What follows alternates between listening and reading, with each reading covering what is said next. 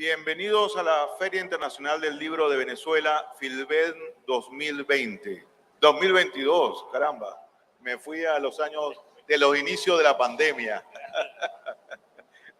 Y bueno, es que en esos inicios de la pandemia yo recuerdo que tenía conversaciones con Vicente Batista, que es nuestro invitado hoy, porque él fue jurado del Premio Internacional de Novela Rómulo Gallegos, y estábamos conversando en aquella época todos los temas que correspondían a esto del premio, y bueno, recuerdos de eso me llevaron al 2020. Bienvenidos a esta feria que tiene por lema Leer descoloniza. Disculpen, aquí hay se está quemando algo aquí. Vamos a suspender, por favor. Vamos a suspender. No, está quemando algo. Esto es lo que ponen cuando hay espectáculos. Bueno, ¿qué es esto?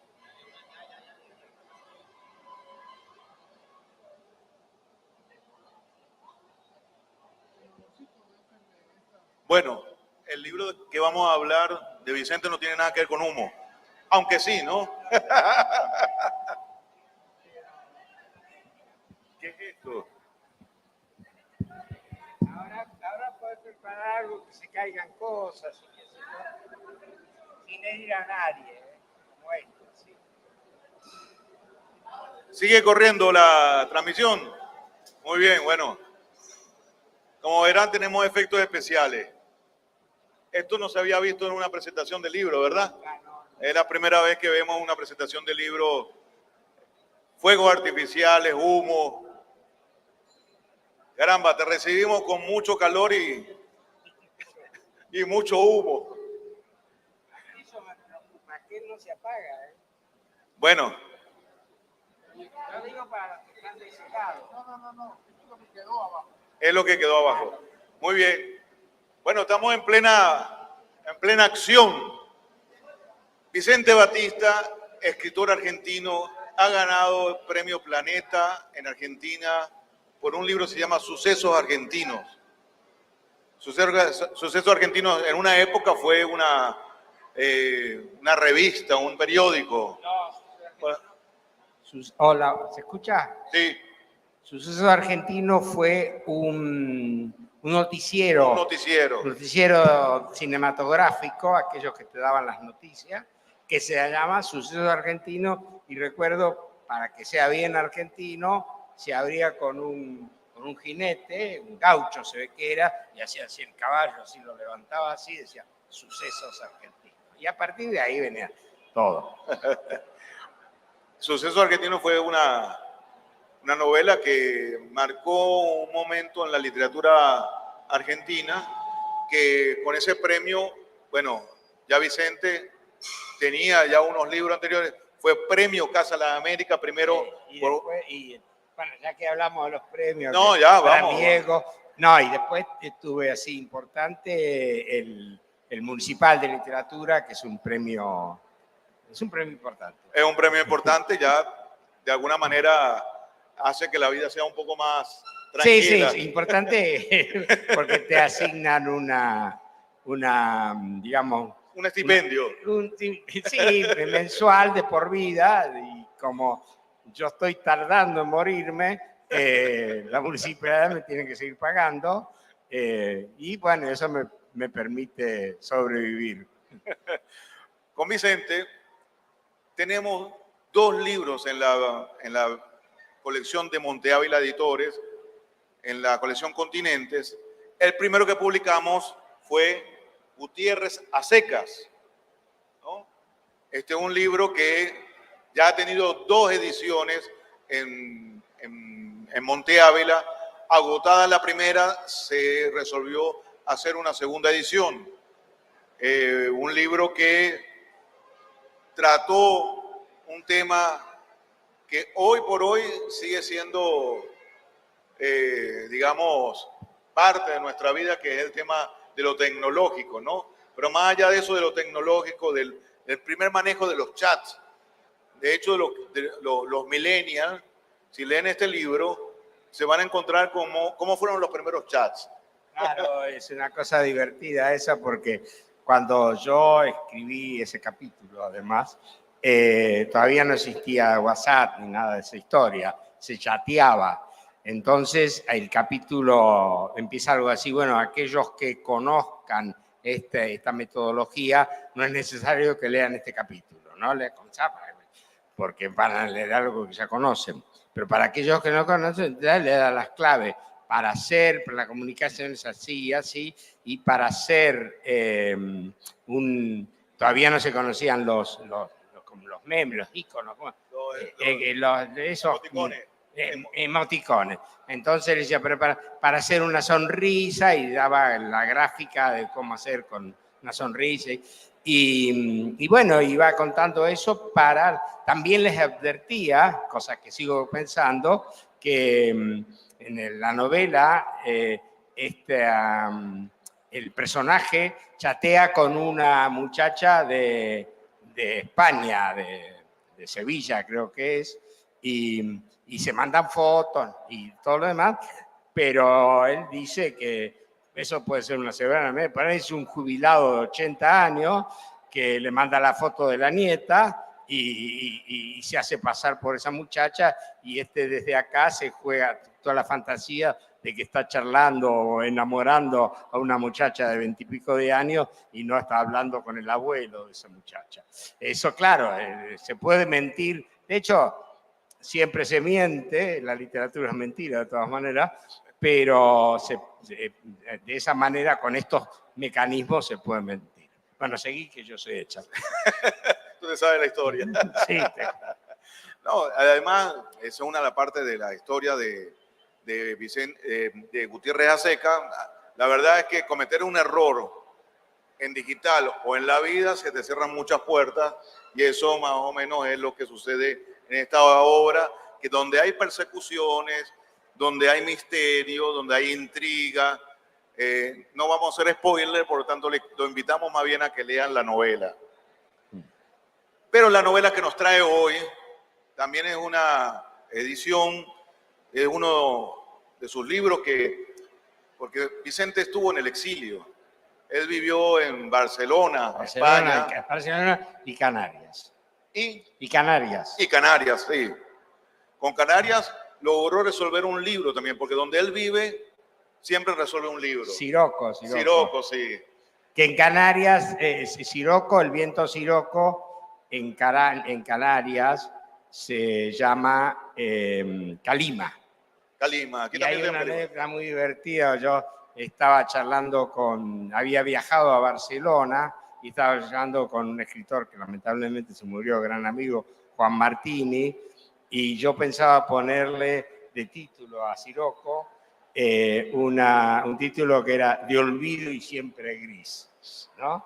Y entonces Martini me dice, cortala con las letras de tango y qué sé yo.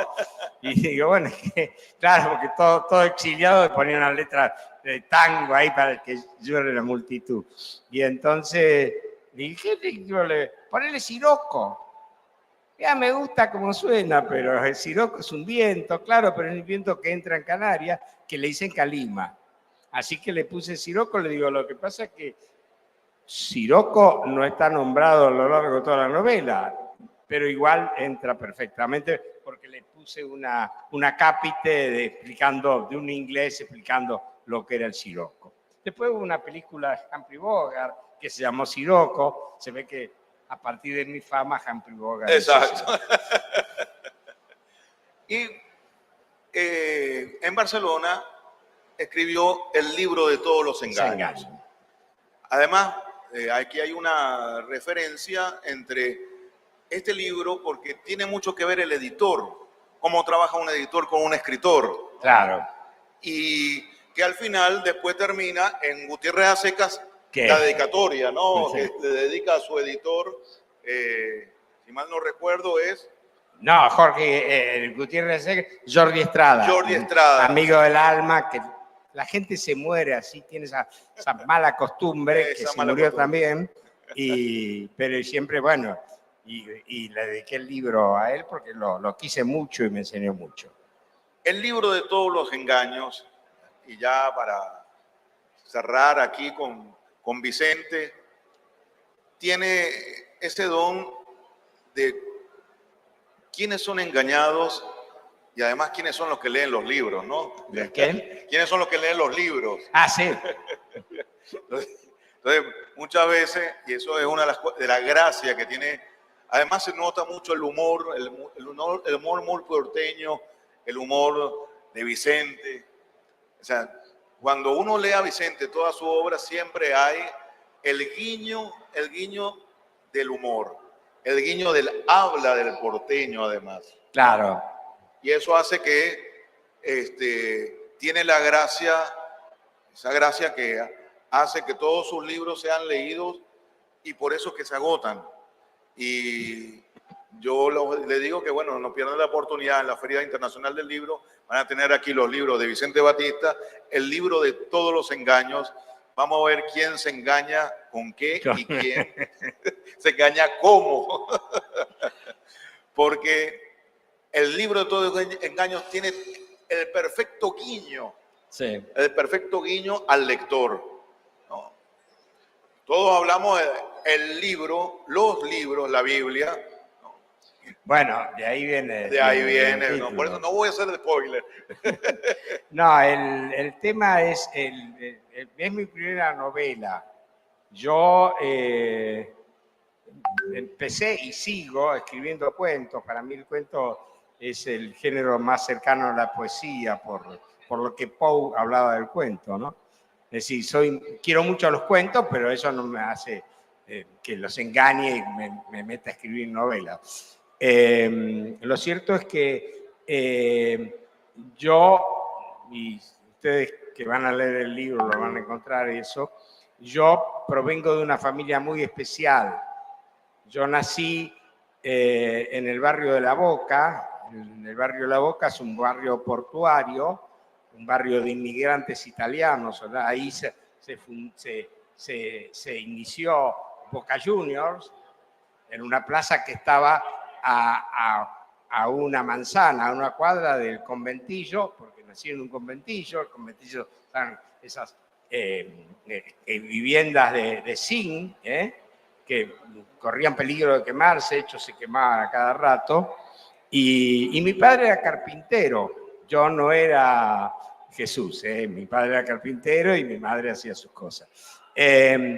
Y no tenía ningún vínculo con la literatura, pero siempre digo que en mi casa el único libro que había era el libro de Doña Petrona. El libro de Doña Petrona era un célebre libro de cocina que tenían todas las amas de hogar de casa del mundo. Pero por alguna razón que todavía ignoro, me apasionó la literatura desde siempre. Creo que porque soy un redomado mentiroso. Es decir, claro, es cierto, yo miento a cada rato, así que por ahí no me crean todo lo que les estoy diciendo. Pero yo me acuerdo que cuando tenía 12 años me atropelló un colectivo, un ómnibus inmenso. Bueno, me dejó a mal parir y cuando me preguntaron el nombre de mi padre, yo dije Cosme. Mi padre no se llamaba Cosme, se llamaba Antonio. Entonces pasaron a buscar al hijo de Cosme y no lo encontraban. Así, no sé por qué me sale eso. Lo cierto es que en esa familia que tenía un padre carpintero, un conventillo de La Boca y todo lo demás, esa familia, salvo mi padre, estaban todos vinculados a un extraño personaje que se decía llamar el hermano Silvio y que se consideraba el descendiente de Jesús, Pedro Vallejo y él. Tenía un círculo, o sea, círculo de amor, paz y caridad, luz, vida e inteligencia. Era una especie de espiritismo, pero no era tampoco un espiritismo. Lo cierto es que cuando a los 2 años de yo nacer, al 42, 44, cuando estaba terminando la guerra, también se terminó el círculo. Y cuando yo empecé a crecer y me hablaban del círculo, le preguntaba a mi familia y todos se negaban a hablarme. Me decían, no, no, eso ya pasó, eso no se habla. Y a mí me quedaba pendiente dos cosas. ¿Por qué mi hermana no había vivido conmigo? Soy una hermana 10 años mayor. ¿Y qué era el círculo del hermano Silvio? Y no me lo decían hasta que conseguí un tío, pintor, el pintor de cuadros, que se vino a hablarme y entonces le digo, contame, tío, lo que era el círculo. Y iba al taller de él, y iba con un grabador y le grababa. Y ahí me fui enterando qué era y a partir de ahí fui elaborando la novela, esta novela. La novela yo la empecé a escribir en Argentina, pero me tuve que ir de la Argentina por razones ajenas a mi voluntad. Y recalé en Barcelona y entonces aproveché esa partida para jugar un modo de contar que está contada de tres maneras. El narrador, que está en Barcelona, en la búsqueda de un libro que es La Cátedra, porque en el círculo decían, era todo muy divertido. Cuando hablaban de la Biblia, decían, no hay que creer porque ese es el libro de todos los engaños. Entonces, pero después citan a Jesús, invocan a Jesús, que es bíblico. Nunca me podían dar explicación. Ellos no, pues yo no hablaba con ellos. Bueno, lo cierto es que, pero había un libro que había escrito este segundo apóstol, el anterior al hermano Silvio, que se llama Pedro Vallejo, que se llamaba La Cátedra. Y en La Cátedra era el libro de la verdad. Entonces, este personaje, yo, estoy en Barcelona en la búsqueda de la cátedra, pero mientras tanto recuerdo cosas de mi infancia y también transcribo lo del tío y fragmentos, porque el hermano Silvio había publicado 2 libros, fragmentos de las obras del hermano Silvio, que eran en verso fatales, ¿no? Pero en verso en última instancia, obras de teatro en verso, ¿no? Tipo Calderón y que eso, pero nada que ver con Calderón. Y entonces con todo ese hice un menjunje que salió este libro, que tiene un final que creo que es el final que debe tener, que no se los cuento, pero que de alguna manera, pese a no ser policial para nada, se vincula con el policial porque está todo el tiempo el personaje buscando ese libro. Está la búsqueda de un libro hasta que lo encuentra hecho. No, eso no se los cuento. Sí, pues, sí. Bueno, sí. Estaba chateando. Está bien, cante. No, está bien. Eso es más o menos lo... Pero no les quiero quitar tiempo porque Vicente, no, hay una... cuando tú escribes, y una cosa que entendí de esta novela, es la intervención del editor. Claro, sí. ¿No? Cómo el editor intervino en esta novela, porque había cosas que tú no lograbas resolverlas, o que la resolviste de un modo y él le pareció que debería resolverlo de otro. Claro, exactamente. Bueno, lo que pasa es que siempre que si bien mi escritura, digamos que es muy realista, muy que se entienda toda, muy para todo el mundo, yo cada vez que me largo a escribir, sobre todo novelas, cuentos también, pero novelas, siempre busco algún desafío para conmigo mismo. Entonces, en Gutiérrez a secas, bueno, en el libro Todos los engaños es eso de entrar por diferentes ventanas a la casa principal. En el Gutiérrez a secas, lo que yo me propuse fue escribir un libro, una novela, en primer lugar que no existiera el pronombre, por lo cual tuve que buscar un apellido, Gutiérrez, que tuviera buen sonido y que a lo largo de la novela se repite 176 veces o más, ya ni sé, un montón de veces. Lo pude contar por Google, claro. Entonces, a partir de ahí, la otra cosa que me impuse es que yo no podía hacer un narrador omnisciente. Había cosas que yo sabía y cosas que me lo habían contado, me habían dicho, pero no puedo dar que... Entonces, lo que voy a decir, voy contando, qué sé yo, digo, bueno, y esto, bueno, esto habría que preguntárselo a Gutiérrez, como yo no tengo la menor idea de qué pasó con esto. Entonces, eso lo estoy... Y la novela que estoy escribiendo ahora, que la termino en cualquier momento, Monte Ávila me la publican en cualquier momento también, ¿viste?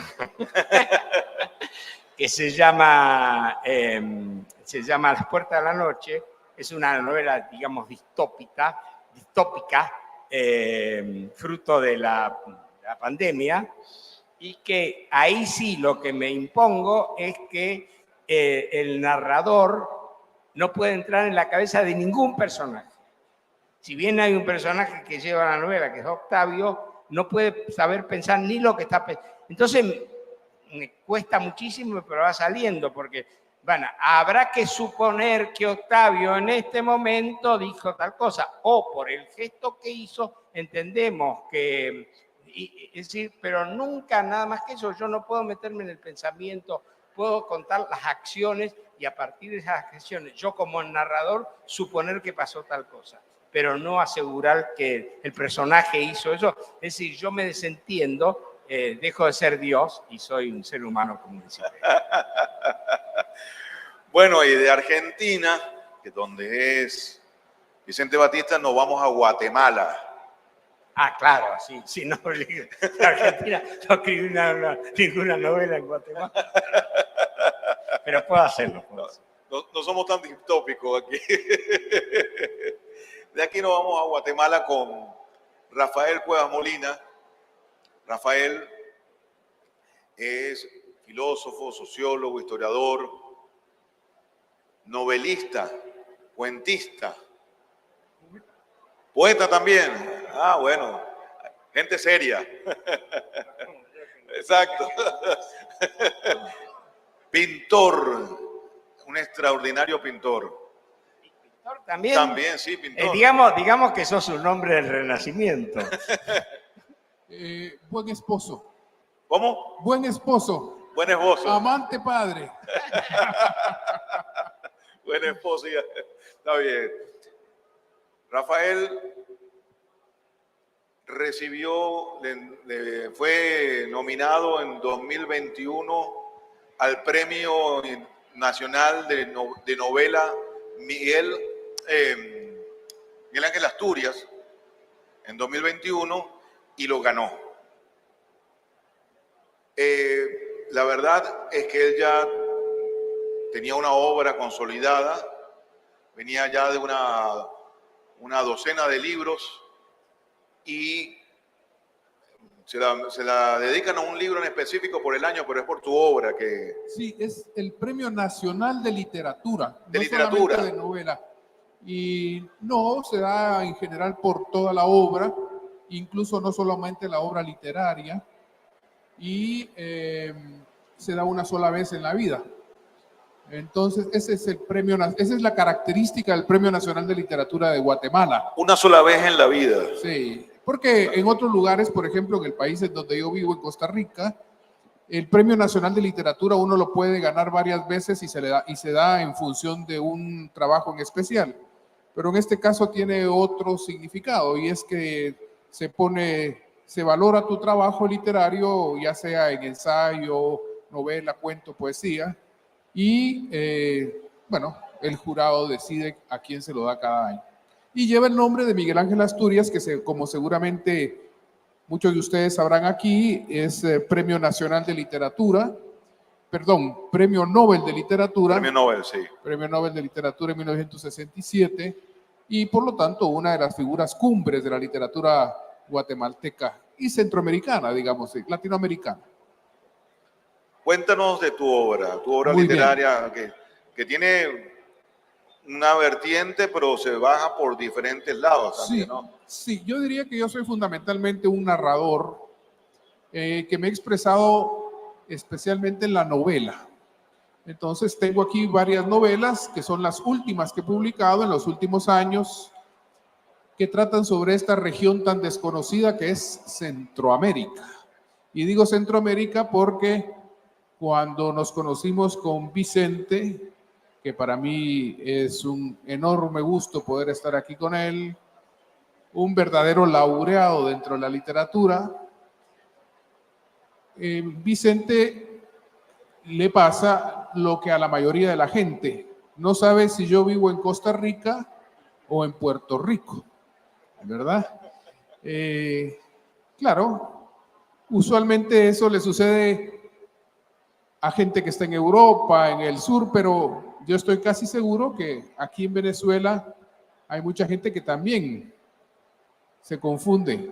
Bueno, vengo de esa región que en muy buena medida es lo que un crítico literario guatemalteco que se llama Arturo Arias dice que es una región marginal dentro de la marginalidad, entendiendo que América Latina es una región marginal en el mundo, pero que dentro de América Latina, Centroamérica es una región marginal, a pesar de que es un sitio, una región que por su ubicación tiene un valor estratégico fundamental en el mundo contemporáneo. Oye, disculpa, me has llevado a los años 80. Arturo Arias es el mismo autor de Itzamna. Exactamente, Itzamna, que Itzamna, ganó Premio Casa de las Américas. Premio Casa de las Américas, creo novela. que en el 82, 83, por ahí. Así es. Exactamente. Entonces, bueno, de ahí vengo, de esa región que si conoce un poco a nuestros países, a ver quién pudiera aquí recitar cuáles son los países de Centroamérica, menos nos conocen a quienes escribimos. Entonces yo vengo aquí, me muestro y les digo que en los últimos 2 o 3 años he tenido una cosecha literaria que no es producto de los últimos años. Seguramente algunos de quienes me escuchan aquí saben que no siempre es fácil publicar, que los libros tienen un itinerario a veces complicado, uno escribe algo y tarda a veces 3, 4 años en salir, otras veces se publica antes algo que escribió después, etcétera. Y eso es lo que ha pasado con estos libros que yo he traído aquí a la Filben. Está este, por ejemplo, que se llama Polen en el viento. Un ejemplar de este acabo de regalarle al embajador nicaragüense en Venezuela, porque trata de un fenómeno muy interesante. El fenómeno, yo no sé si logré rescatarlo literariamente en la novela, pero el fenómeno es muy interesante. Y es que todos estamos acostumbrados a ver estas enormes migraciones que hay del sur hacia el norte. Pero en Centroamérica se presenta un fenómeno especial y es la migración de nicaragüenses hacia Costa Rica.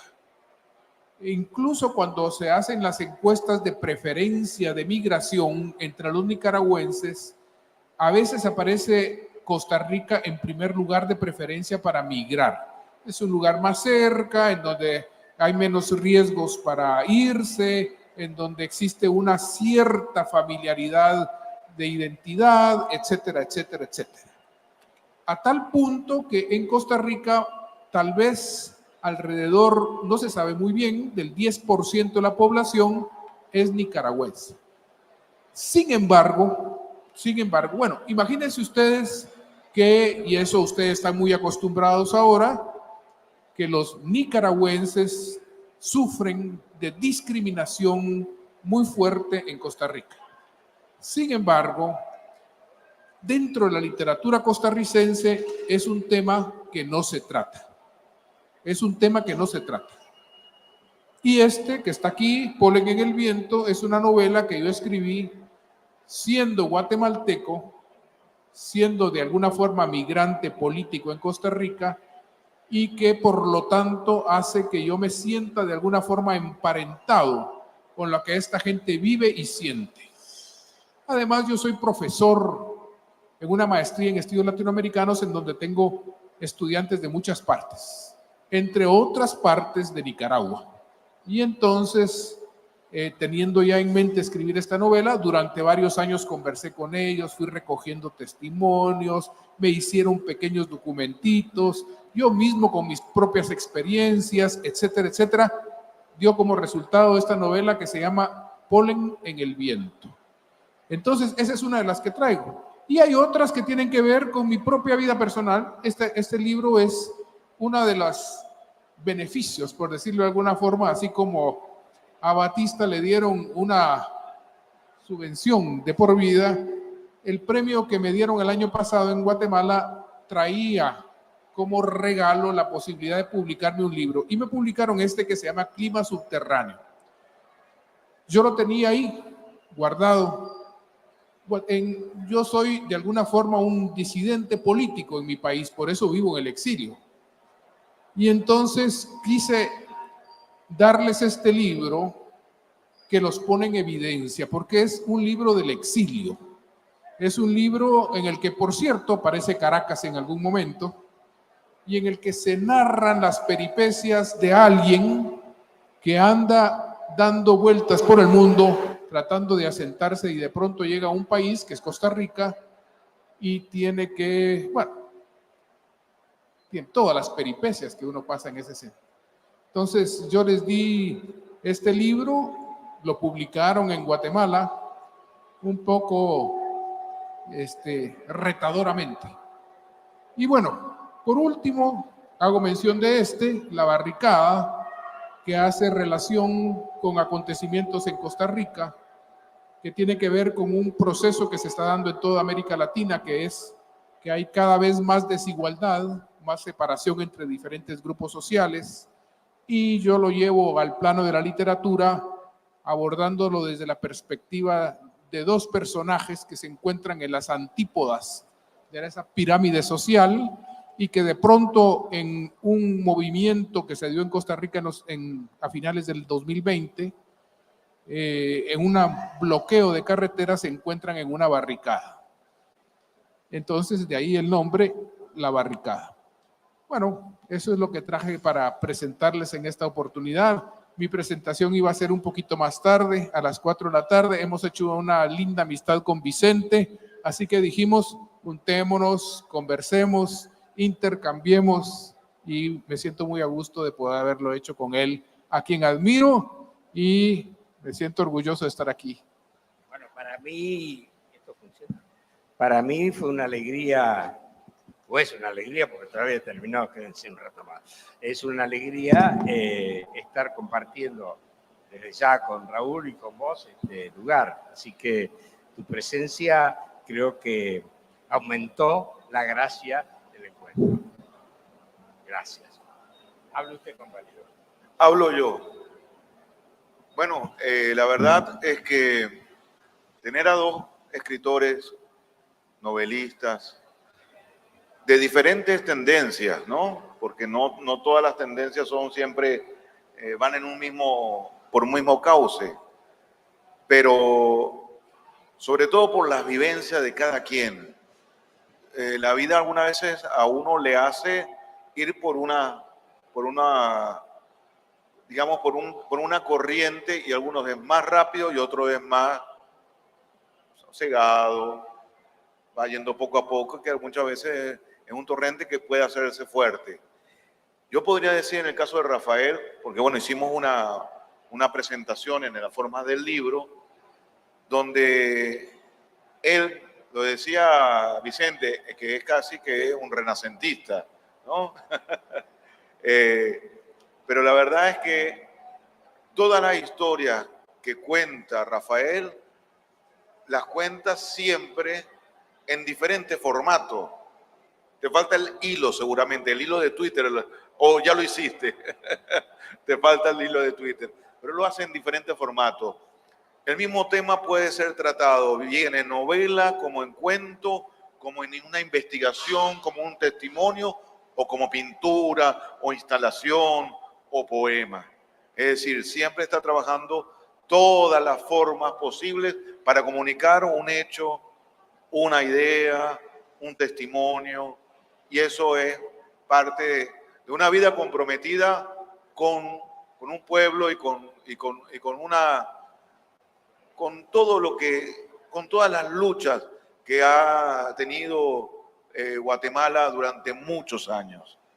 Y Vicente también tiene esa misma tradición, solo que se metió a escritor de novelas de intrigas policiales, ¿no? A él le ha sucedido cosas, por ejemplo, como le encargan hacer un libro sobre un inspector, le pagan para hacer eso, hace la investigación y después la editorial le dice que no va a sacar el libro. Eso fue muy divertido. A mí no me gusta escribir, digamos, salvo alguna cosa obsesión como las memorias de Adriano, no soy proclive a las novelas históricas, sobre todo en el momento que se habían puesto de onda en Buenos Aires, la vida de Belgrano, sus encuentros sexuales, la vida de San Martín, como todas mentiras que escribían para atraer lectores.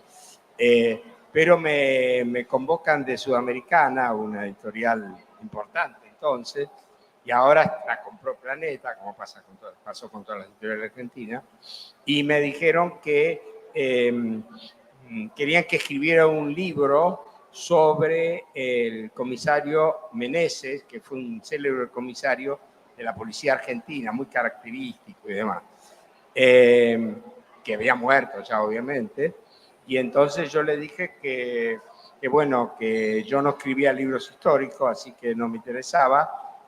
Dice, no, pero queda a tu criterio. Bueno, si no es histórico, yo puedo pensar una novela que transcurra ahora y evoque a Meneses, pero la novela está pasando ahora, no en la época de Meneses. Bueno, le gustó la idea y me dieron un anticipo, muy buen anticipo, con un contrato de cuánto vas a demorar. Un año, dije yo, muy suelto de cuerpo. Y al año y 3 meses me llamaron por teléfono y me dijeron, bueno, estamos esperando tu novela. Le digo, mira, surgió un inconveniente. Yo he escrito un solo capítulo. Eran así como 23 páginas todo el año. Entonces le digo, mira, hay un solo inconveniente. La novela, bueno, nos encontramos, le digo, mira, la novela no la escribí, entonces vamos a hacer lo que hice el contrato, les devuelvo lo que me dieron y tan amigos como siempre. Bueno, perfecto. Y dijeron, no. ¿Cuánto tardás en escribir la novela en serio? Digo, dame otro año. Bueno, perfecto. Me acuerdo, el 28 de diciembre, Día de los Inocentes allá, yo te entrego la novela. Bien.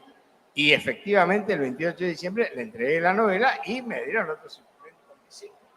El anticipo no, el total. Bueno, firmé, todos felices, y va a salir 2 meses después.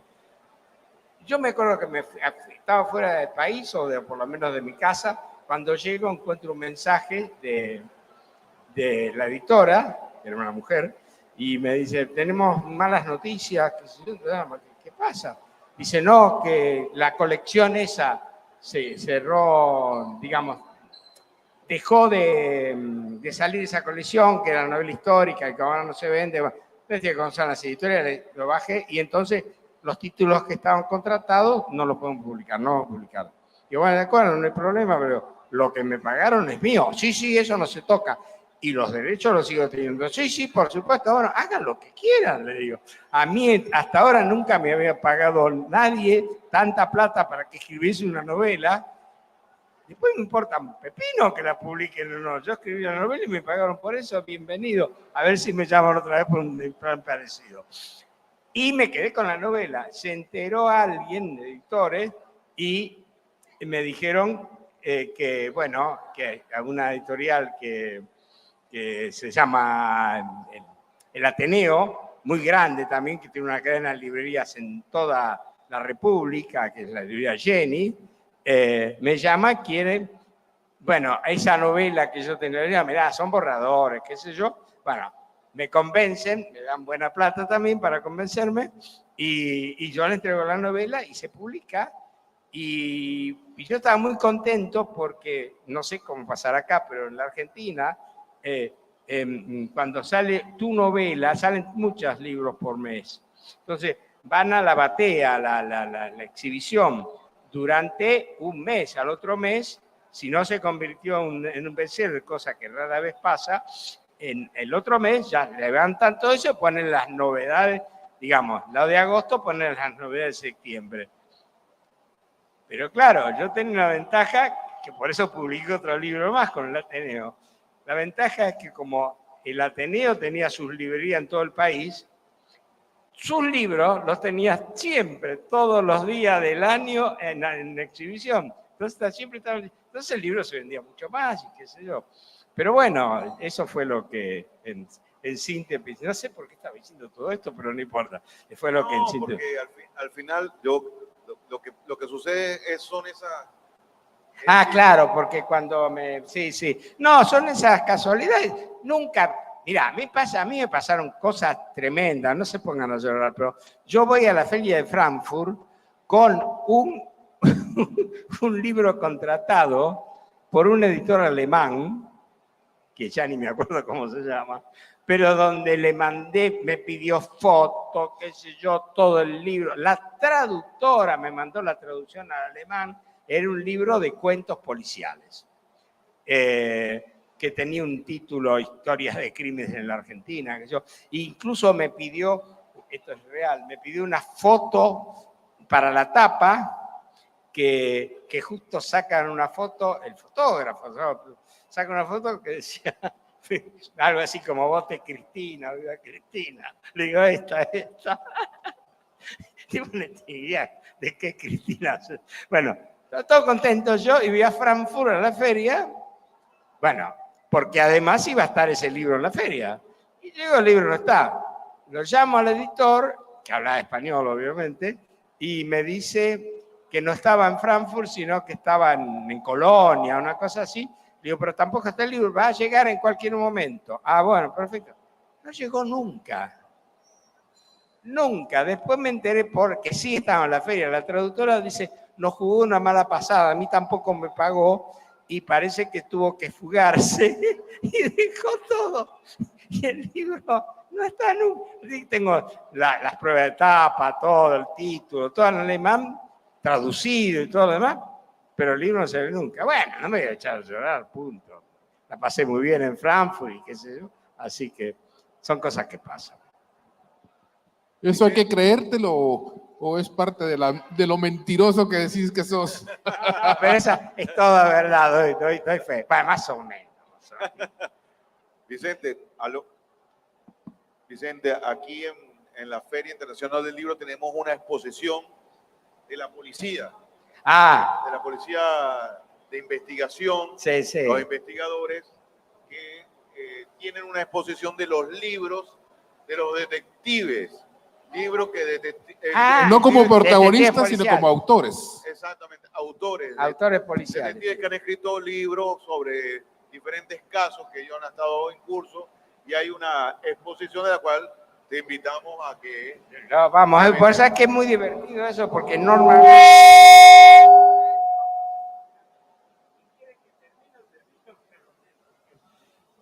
Normalmente en la literatura policial norteamericana, muchos grandes autores, Jim Thompson, por ejemplo, fue gente que antes pasó por la cárcel. Claro, con conocimiento de causa.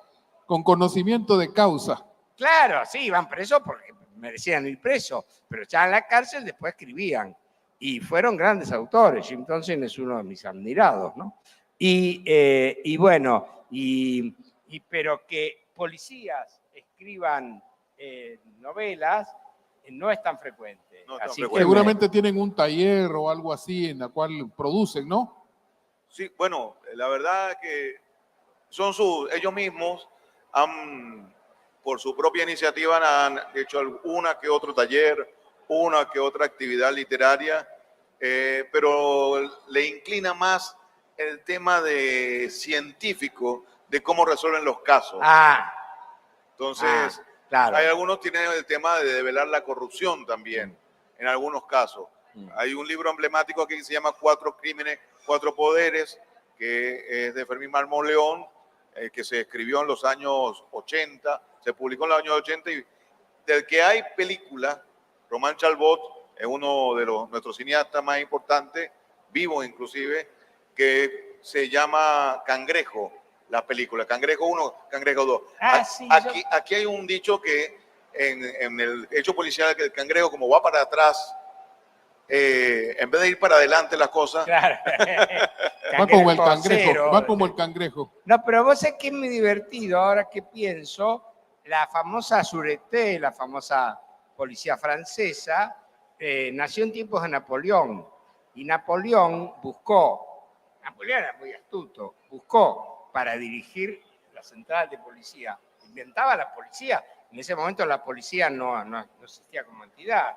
Entonces, inventa la policía, se la llaman la Sûreté, y busca como jefe de la Sûreté a un delincuente famosísimo, se hicieron películas, que es Vidocq, que famosísimo. Famosísimo, sí. Que claro, dice, ¿quién mejor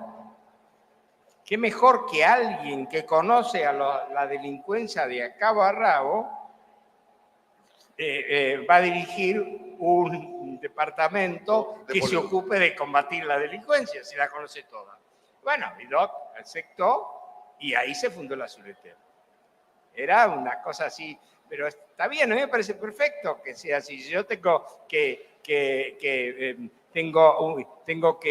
sé yo, no, en mi vida, porque no voy a tener, pero tengo un campo y para atender las vacas, que yo voy a buscar a alguien que haya atendido vacas, no a un señor que venga a la universidad y diga, yo sé lo que la vaca es un animal de 4 patas, no. Y hizo lo mismo, Napoleón. Así que la policía nace con delincuentes, porque por otra parte es una situación dialéctica. Para que exista el delincuente, tiene que existir la policía. Si fuera el delincuente solo, sería como tantos países, el mío entre otros, donde la justicia está llena de delincuentes. Bueno, Marx escribió un artículo, Carlos Marx escribió un artículo que los editores después le pusieron elogio al crimen. Claro.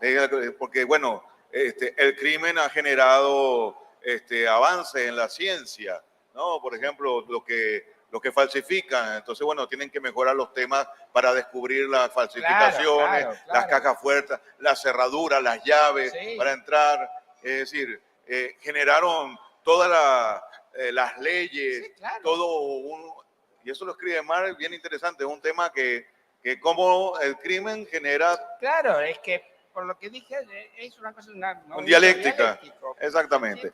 Y con dialéctica vamos a echarle flores. Tarde, ¿no? ¿Ah? A las 4. A las 4, pero ahora vamos a echarle flores a tus libros y a los libros de Rafael Cuevas Molina. Por favor, acércate. Claro, ya se me olvidó el nombre tuyo, Gladys. Cansancio. Vengan, vamos a presentar el libro y nos despedimos con Leer Descoloniza, Feria Internacional del Libro de Venezuela, con 2 autores internacionales, Rafael Cuevas Molina y Vicente Batista. Polen en el viento y el libro de todos los engaños. No se engañen, compren el libro. Muchas gracias. Mira qué bien. Felicidades. Gracias. Pétalo de verdad.